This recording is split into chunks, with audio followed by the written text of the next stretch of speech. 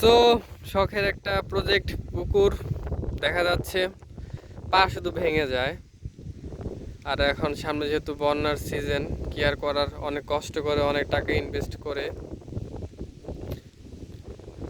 এই কাপড়গুলো লাগানো হয়েছে, যেটারে কি বলে সঠিকটা, কম্বল বলে, হ্যাঁ, কম্বল লাগানো হয়েছে। যে দেখা যাচ্ছে প্রায় সম্পূর্ণ পুকুর, আর একটু বাকি আছে, সেটাও লাগাবো, অলরেডি লাগানো হচ্ছে।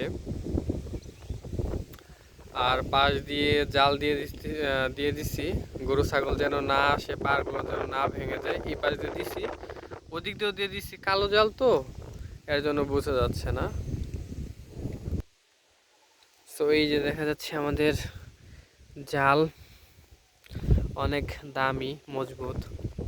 এই যে আমাদের কম্বলগুলো, এই যে দেখা যাচ্ছে এখানে পাঙ্গাস ছাড়া হয়েছে। এই একটা ব্যাঙ। যাই হোক, আজকে ওয়েদারটা অনেক ভালো, অনেক বাতাসের জন্য পুকুরের পানিগুলো দোলতেছে,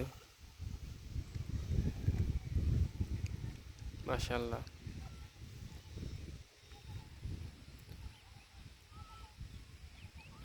গ্রামের ওয়েদার আসলে সবসময় ভালোই থাকে, গ্রামের পরিবেশ আমি অনেক ভালোবাসি।